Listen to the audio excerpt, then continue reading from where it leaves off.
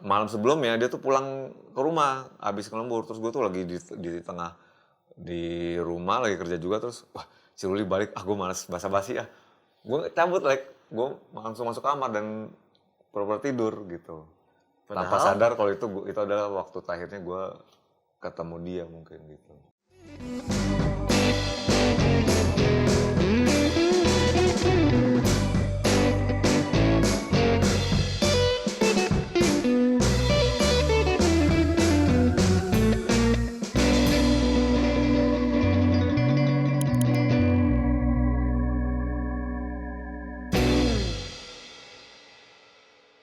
Obrolin aja bareng gue Alex Frank cuma di Nadir Podcast. Satu-satunya podcast yang membicarakan tentang masalah kesepian secara lebih spesifik. Karena kenapa? Karena kesepian pernah dirasakan oleh semua manusia. Dan apa penyebabnya, bagaimana mereka menjalaninya, bagaimana mereka mengatasinya semuanya. Langsung kita bahas ini aja. Oke, tanpa berlama-lama lagi, langsung aja kita obrolin bareng Eka Anas. Halo, Assalamualaikum. Sebelumnya terima kasih Pak. Openingnya. Gila, ya langsung gue cepetin aja karena lo udah kenapa nervous duluan sih Pak. Iya. Padahal lo orang biasa untuk membicarakan discuss dengan orang ya, discuss gitu kan acara. Tapi oke banget Alex ini openingnya. Kenapa? Udah kebiasa lagi ya. Udah terlalu lancar. Ngepro. Oke, gini. Jadi kan di Nadir ini kan juga banyak teman-teman kita juga yang belum tahu Eka ini sebenarnya siapa gitu. Boleh dong Eka memperkenalkan diri sebagai Eka itu siapa dan pekerjaannya apa dan kesibukannya apa sekarang ini. Silakan Bapak Eka. Gue nih yang jelas temennya Alex udah lama ya, dari zaman pang-pangan dulu 90-an Alex ya, awal 2000-an. Tapi basically gue tuh bisa dibilang first and foremost musisi, nyanyi di band namanya The Brandas, sama main bass di band namanya Ziggy Zaga. Kalau sama The Brandas sudah dari 2001 ya. Kalau sama Ziggy Zaga barulah 2015. Tapi sebelum lagi mungkin kalau nggak ada juga, gue punya band ska dulu namanya Waiting Room. Jadul banget itu. Dengan si Buluk, sama Buluk udah pernah di sini juga. Buluk pernah di sini juga gitu. Terus gue nyebutnya sebenarnya mau bilang sampingan nih, tapi ini jadi bread and butter gue. Maksud gue jadi pekerjaan utama sebenarnya. Jadi pekerjaan utamanya adalah jobnya jadi creative director di periklanan biasanya, di advertising industri periklanan. Walaupun udah 2 tahun belakangan sejak pandemi itu gue lebih ke freelancing sih gitu. Di sekarang tuh di saat ini lagi sibuk juga, ada beberapa menyibukkan diri lebih tepatnya karena gue memilih untuk freelancing, nggak mau terikat ke instansi atau korporasi lagi. Jadi waktu luangnya lebih banyak habisin untuk pertama bikin discuss channel juga, ngurusin itu, terus lagi bikin solo album, lagi nulis buku autobiografi, lagi bikin digital product kayak mobile application gitu untuk musik kayak gitu lah. Asik. Tapi kan lu kan lagi berandal katanya mengantongi untuk album barunya itu udah habis tuh. Udah selesai. Brandas tuh setelah 10 tahun rilis album. Lu kan 20 tahun di sana kan? Di mana tuh? Di 14 tahun ya lu di Brandas itu kan? Di Brandas ya udah 2001 berapa tuh? 20 tahun. Iya, 21 tahun lebih. 20 tahun lebih. Kita baru aja rilis album kelima yang terakhir Desember 2021 kemarin, judulnya Era Agresor.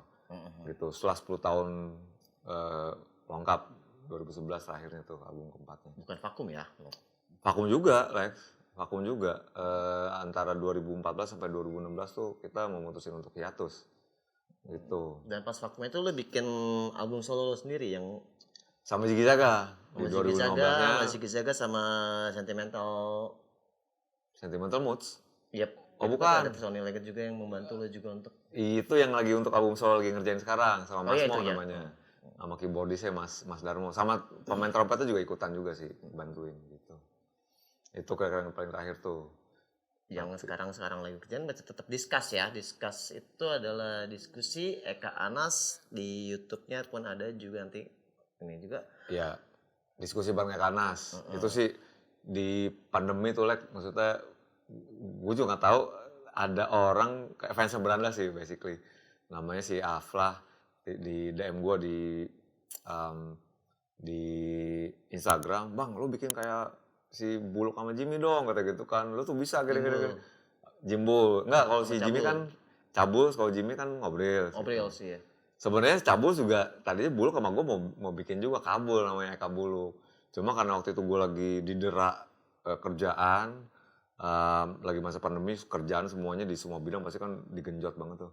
Nggak kepegang gue. Akhirnya si Buluk bilang sama gue jalan sendiri aja deh, gue enak nih gue sama anak-anaknya, dia bilang gitu kan. Nanya mulu, ya udah duluan deh, gue bilang gitu kan.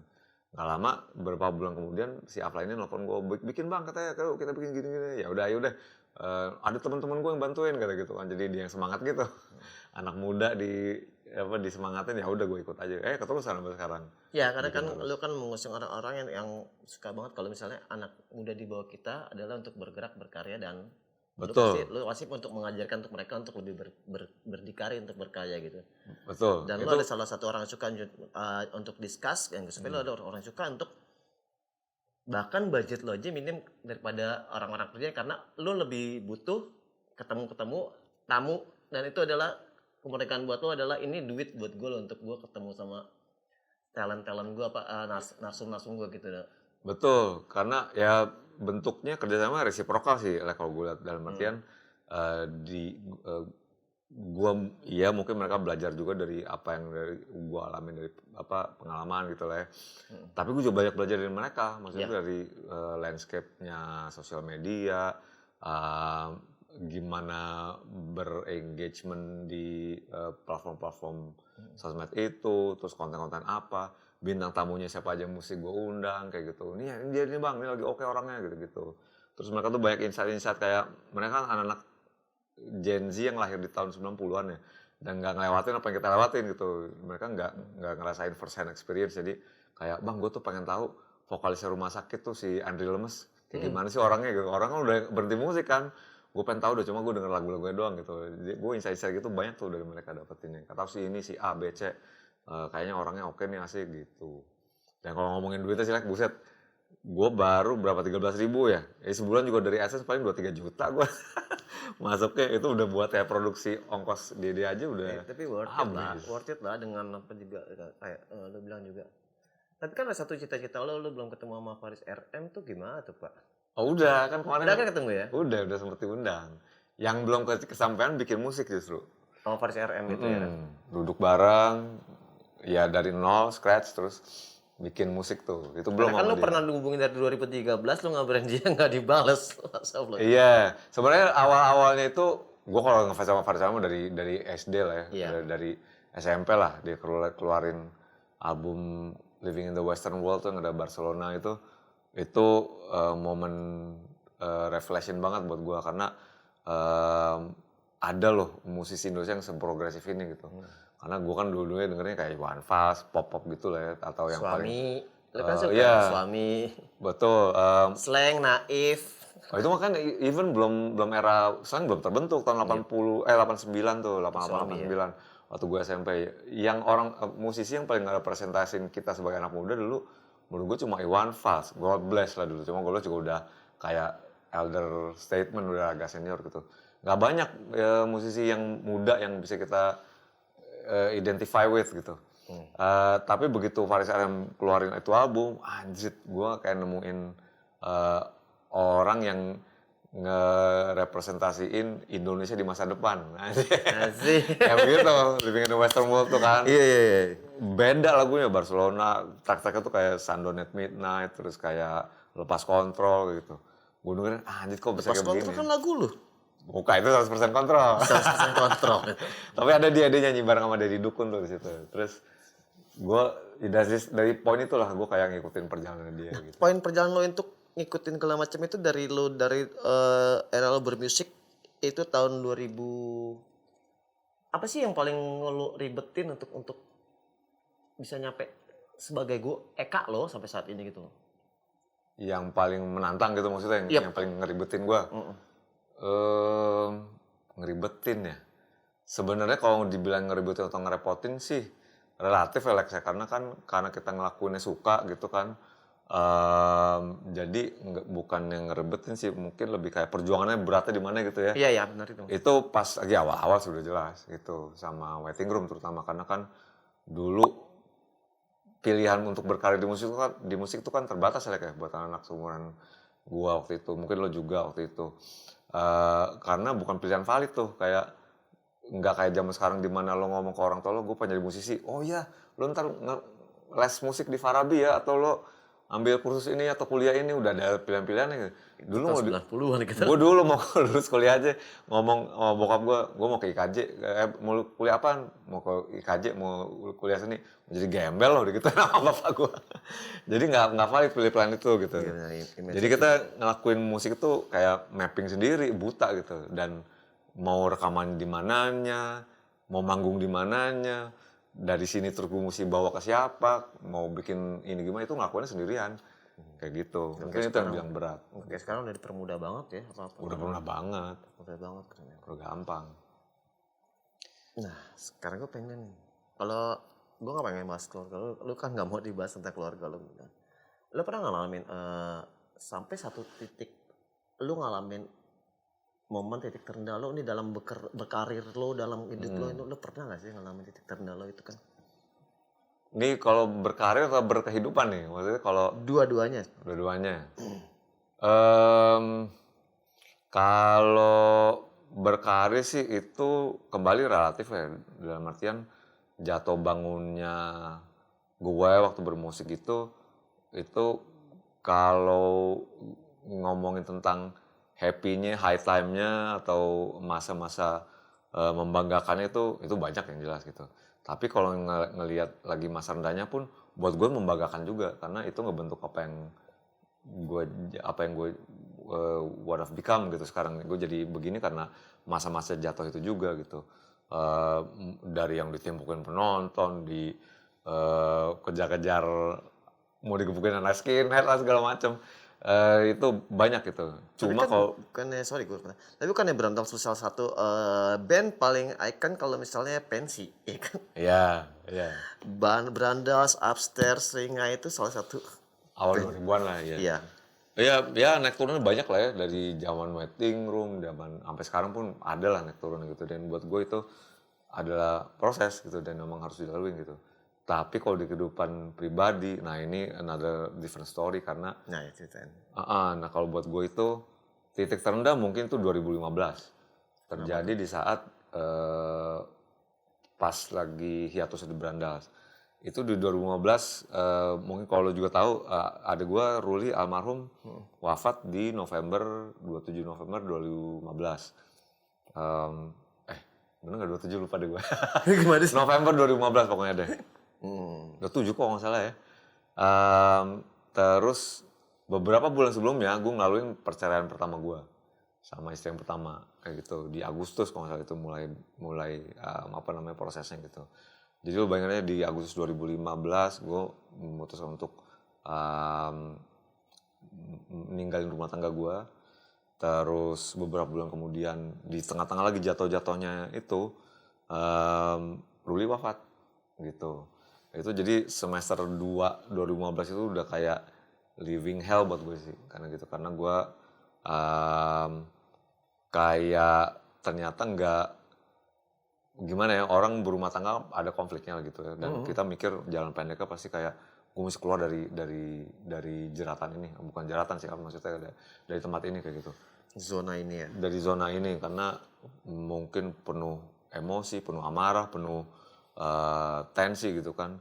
Tapi ternyata setelah gue looking back setelah 5 tahun, gue barunya ternyata gue salah ngambil keputusan itu kayak gitu. Mungkin nggak harusnya ninggalin atau karena gue sama aja lari dari masalah waktu itu kan.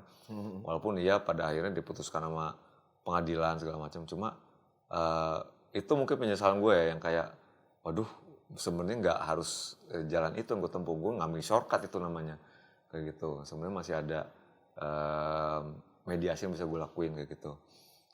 Itu ya dari bagian pernikahan waktu itu. Yang kedua waktu Ruli, jujur waktu Ruli wafat itu gue sama adik gue tuh, gue ada 2 adik kan, gue paling tua. hubungannya bisa dibilang nggak kayak keluarga yang lainnya lah gitu, nggak pada rata-rata kayak kompak sama ade, terus kayak bonding lah gitu. Gue kayak gitu di rumah, kayak masing-masing gitu, nggak ini, nggak nggak akrab lah, bisa dibilang nggak akrab gitu. Adik gue yang kecil itu tahun 2014 dia pindah ke Melbourne, Australia. Jadi dia pun dengar kabar Ruli meninggal tuh dia lagi di sana gitu. Itu aja kita satu sama lain nggak deket. Ruli iya deket sama adik gue yang ini. Cuma gue aja main dua adik gue ini nggak bisa dibilang nggak akrab gitu. Lalu Ruli pas lagi wafatnya itu lagi di tengah-tengah persiapan mau nikah. Udah lamaran sama calon istrinya, tanggal udah di set di bulan Maret kayak gitu. Terus udah melalui proses perkenalan lah gitu antar keluarga kayak gitu kan. Wafatnya di tengah-tengah itu. Dan gue inget banget itu di malam ini mungkin gue belum pernah cerita nih gitu teman-teman lainnya. Emang belum ada. Dia pulang ngelembur. Ruli itu kan wafatnya karena serangan jantung ya. Dia ini agak konyol sih. Dia tuh kan mau nikahan begitu. Dia kan agak gedut ya, gede, Gemuk, badannya gemuk. Gagal Dia kan jantung. ngurusin katanya, gue pokoknya ntar nikah mesti slim. Pokoknya intinya pengen ngurusin badan lah kayak gitu. Ngurangin makan. Dan metodenya adalah nggak makan kalau pagi-pagi gitu. Nanti makan ntar siang apa gimana. Di hari itu mungkin dia juga nggak makan. Di kantor itu di depan AC duduknya karena dia tuh harus depan AC lah gitu. Karena dia cepet panas. Tapi hari itu tuh hujan. November kan lagi musim hujan lah ya. Kehujanan menuju kantor. Malamnya juga mau pulang kehujanan juga gitu. Mau nganterin temennya dulu. Di rumah temennya. Disitulah dia karena asam lambung. Yang kalau lagi kambuh itu kan dia gejalanya menyerupai serangan jantung ya. Asamnya naik ke jantung. Terus ngedesek. Terus susah untuk bernapas, asfiksiasi, bukan asfiksiasi apa ya, konstipasi pernapasan. Ukuran akut dibilang, kalau kita bilang angin duduk kali ya. Iya, kalau bahasa Betawinya gitu kan, duduk. Akhirnya nggak bisa napas, kolaps gitu. Intinya akhirnya takdir di situlah wafat. Terus dia malam sebelumnya dia tuh pulang ke rumah habis ngelembur. Terus gue tuh lagi di tengah di rumah lagi kerja juga, terus wah si Ruli balik, gue malas basa-basi gue cabut gue langsung masuk kamar dan pura-pura tidur gitu. Tanpa sadar kalau itu adalah waktu terakhirnya gue ketemu dia mungkin gitu. Itu loh beberapa penyesalan lah yang nggak oh ya, dia juga beberapa kali nge-reach out ke gue sebelum itu tuh kayak nanya, nih gue mesti ngapain nih, dari sini gue mesti ngurusnya kemana, KUA ini itu. Cuma gue kayak ngejawabnya kayak seperlunya gitu, karena gue anggap gue juga kehidupan sendiri, gue juga kerja, gue lagi di tengah-tengah.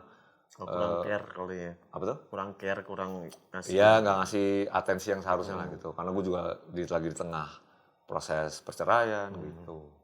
Jadi itu sih kalau mau dibilang titik terendah ya. Titik terendahnya. Untuk kesepiannya, lu pernah ngerasain kesepian dalam hidup lu? Kesepian tuh Kayak lu nanti tinggalin sama Ruli, gak ngechat atau mau ngapain apa? Band lu juga pernah tuh kali.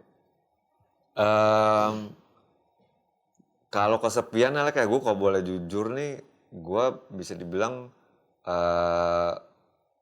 karakter ambivert. Ambivert itu tengah-tengahnya. Iya. Introvert sama extrovert. Betul, gue bisa ada di tengah keramaian dan gue nyaman, tapi juga di satu sisi gue nyaman sendirian kayak gitu. Nah kadang-kadang gue nyari waktu-waktu sendirian itu kayak gitu. Kayak sekarang gue kan udah nikah lagi, yang ronde kedua nih ceritanya. Tapi gue tetap butuh waktu itu sendirian itu kayak gitu. Tahun 2006 juga kita kehilangan kita keluarga bapak, bokap gue wafat tuh. Which is itu juga turning point gue untuk misalnya melipir ke agama dikit ya, maksudnya gue kan gue lahir sebagai muslim gitu, dan itu kayak revelation juga untuk kayaknya gue nyaksiin gimana dia ngelepas nyawa kayak gitu. Lu kalau misalnya pernah ada di momen itu duduk di depan orang yang lagi ngeregang nyawa dan dia ngelepas, itu persepsi lu tentang hidup berubah sih. Mungkin ada dua kalau menurut gue satu waktu kalau udah ngeliatin orang kematian depan mata lo, sama kelahiran. Yang kedua ini gue belum pernah ngalamin, gue belum punya anak sampai sekarang. Dan gue pengen banget ngalamin itu, tapi belum kesempatan gitu. Menurut gue dua momen ini bakal ngerubah persepsi lo tentang hidup sih kayak gitu. Dan yang pertama ini ngerubah gue ngelihat hidup terutama dari cara mortality kayak gitu. Mungkin dua sisi ya. Kalau yang satu tentang mortality, kalau yang satu tentang harapan menurut gue. Lo punya anak, lo pengen hope. Jadi kayak gue mesti ada di amal bareng dia untuk ngasih dia kehidupan gitu. Tapi kalau yang kematian, lo pasti lebih mikirin tentang gue ada expiration-nya nih hidup gue, ya kan? Gue ada kadaluarsanya tiap orang gitu kan. Dan itu gue nge-reset semua ini gue sih kayak gue nggak bisa kayak begini mulu nih kayak gitu. Apa yang mesti gue persiapin kalau misalnya gue akhirnya gue ada di momen ini kayak gitu. Ya gue mulai perbaikin, terus gue mulai cari-cari pencerahan, terus ada temen gue yang kenalin gue ke ustadz kayak gitu. Dan gue mulai gali-gali tuh nilai-nilai tentang di agama Islam, walaupun untungnya gue dibawa temen gue bukan ke orang-orang atau guru-guru yang ortodoks yang radikal gimana ya gitu. Yang gue juga belajar-belajar ya, lihat juga sih orangnya nih, kalau udah apa yang diucapin si guru agama ini ngaco, cabut. ngaco, gue tinggal udah. Yang udah mulai ngomongin ini si agama A ini salah gitu, gue tinggal tuh. Kayak gitu. Menurut gue nggak ada, agama tuh nggak ada yang salah mau benar. Menurut gue equal semuanya gitu kan. Jadi gue untungnya ketemu orang yang cukup cukup baik lah menurut gue ngasih ininya, dalam artian dia cuma ngomong kayak lu nggak usah ngurusin yang lain, perbaiki diri lu aja gitu. Dengan lu perbaiki diri lu ntar juga sekeliling lu akan jadi baik kayak gitu. Terus ya udah dari situ tuh gue mulai pelan-pelan, dan tiap kali gue ketemu momen-momen kesepian itu gue balik ke atas. Itu aja sih kalau gue selek. Kayak dalam artian gue mencari-cari, gue banyak nemuin momen-momen dimana kayak gue butuh figur bapak gitu ya. Bokap gue wafat di tahun 2006, which is gue udah umur 30 tahun waktu itu, pas umur 30 tahun. Gue nikah di umur 32, 2008. Itu ada 2 tahun gue kayak, sebelumnya kalau ada sosok bapak kan enak, kita bisa nanya, ini gimana cewek gue nih kayak gitu kan. Dulu gue waktu masih ada dia, tiap gue punya pacar selalu gue bawa ke rumah. Gue kan nanya ke bapak ibu gue, gimana nih gue gitu. Dia oke, gue jalanin. Kalau mereka bilang enggak, jangan, gue tinggal. Kayak gitu. Cuma justru di momen penting di mana gue milih pasangan hidup, nggak ada dia kan. Bingung gue gitu. At least dari sisi mata laki-lakinya gitu. Dari male perspektif. Kalau dari ibu gue juga nyerahin ke gue aja gitu kan. Cuma ada di masa dimana gue momen kesepian kayak gitu tuh, salah satunya ya gue nanya ke atas. Kayak gitu sih. Allah ya. Iya, nggak ada yang lebih baik lagi daripada, kalau gue sih, pertama ke ibu gue, kedua ke Allah, ke Tuhan, siapapun itu agama lo menurut gue. Kayak gitu. Jadi momen kesepian banyak banget, tapi mungkin juga di umur gue yang udah kepala 4 ini udah kebiasa lah ya, Lain kalau misalnya waktu kita umur 20 ya kita nangis ini itu, cuma mental kita akhirnya udah dibuild untuk Survive. Kebal. Fit to survive. Kebal juga nggak sih, gue masih ada momen, nggak mungkin kebal mah gitu. Gue masih ada momen gue sedih, nangis, ada kekecewaan gitu. Cuma at least kita udah mempersiapkan udah expect kalau hidup itu nggak seperti yang kita selalu pengen kayak gitu. Ya jangan pernah menuntut, kalau misalnya udah yang penting kita jalanin aja, flowing aja gitu. Iya, kunci hidup itu menurut gue ekspektasi sih, menurut gue. Lu jangan banyak expect sama orang, sama hidup atau gimana gitu. Jadi apalagi sama Tuhan lo banyak. Benar, diserahin aja sih ke ini. Kita usaha gitu. Cuma aspek kalau gue habis ini gue mesti begini, itu udah salah tuh menurut gue. Kayak gitu. Keren. Oke, buat berikutnya kalau saya nanya, goals lu ke depan apa nih sebagai seorang Eka? Apa tuh? Sebagai goals lu ke depan sebagai Eka, atau brandalsnya kah, atau discussnya, atau rumah tangga lo apa? Ceritain dong. Nomor 1 sudah punya anak sih, like.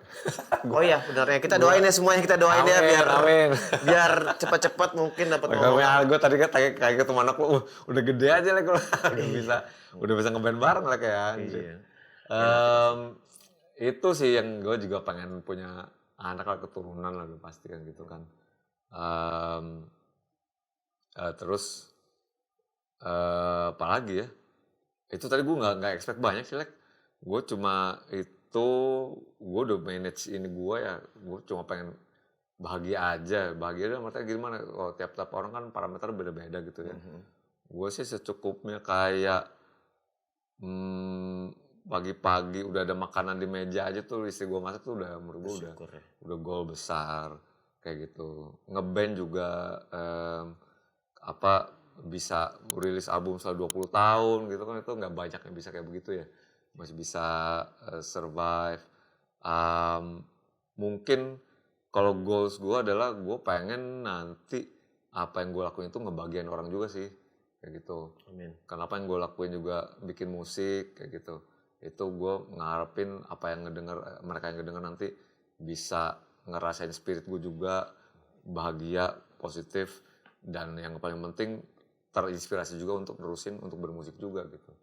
Gue seneng banget sekarang ada banyak orang-orang kayak anak muda kalau band, wah bang dulu album pertama lo bikin gue pengen ngeband juga, itu bagi gue itu udah goal besar sih, itu udah tercapai lah apa yang gue tuju dulu gitu.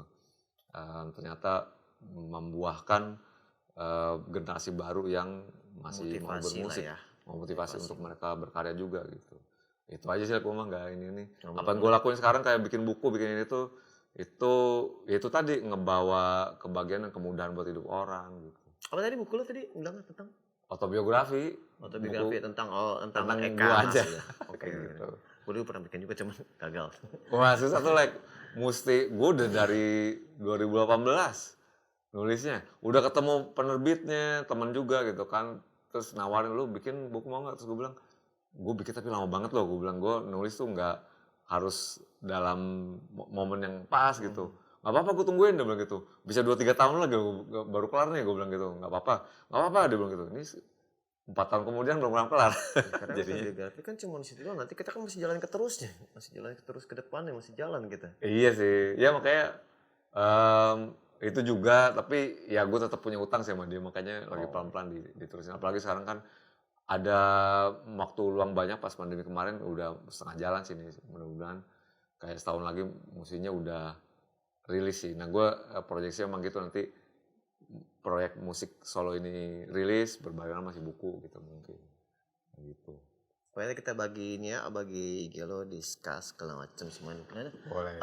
Ini dong terakhir ya, minta kata-kata terkeren lo buat pemirsa Nadir sini, kata-kata penyemangat yang pernah lo alami segala macam, untuk mereka bisa kata-kata motivasi lo buat nonton Nadir ini yang keren. Ini gue dapetin dari mantan gue dulu. Siapa nih? Tapi ada dia dulu penyiar MTV Tracks namanya Lia. Halo Lia. Gue tahu Lia. Tahu loh, Lia Kemajaya namanya. Dia pernah ngomong gini dulu sama gue. Bininya David. Betul.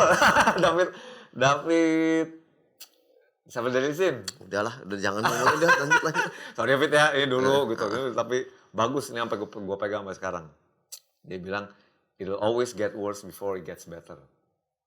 Itu akan selalu memburuk dulu sebelum menjadi baik, kayak gitu. Jadi kalau misalnya lu ngelaluin apapun itu dalam hidup, jatuh, sedih, dikecewakan, crush, sampai hancur gitu, pasti akan membaik kok, dijamin, kayak gitu. Kalau gue boleh ngutip dari Al-Quran juga, kembali ini ya, kayak melipir untuk yang muslim mungkin mudah-mudahan relevan ya. Ada namanya di surat Al-Insyirah namanya di Al-Quran, itu ada di ayat ke-5 dan ke-6-nya, di situ dibilang di setiap kesulitan pasti ada kebaikan. Diulang per 2 kali tuh kalau di Quran. Jadi itu dari kalimat Tuhan tuh langsung ke situ, terus dijamin ke kita gitu. Jadi dalam konteks apapun pasti ada kebaikannya. Itu udah, dan gue juga ngalamin sendiri. Dan gue yakin juga banyak orang udah ngalamin. Kalau mungkin kita nggak sadar, tapi di setiap kesulitan yang lo laluin pasti di ujung ada kebaikannya. Dan jangan putus harapan aja sih, like, gitu. Karena pasti akan membaik semuanya. Amin. Gitu. Terus. Iya. Thank you buat David Halele. David Halele betul.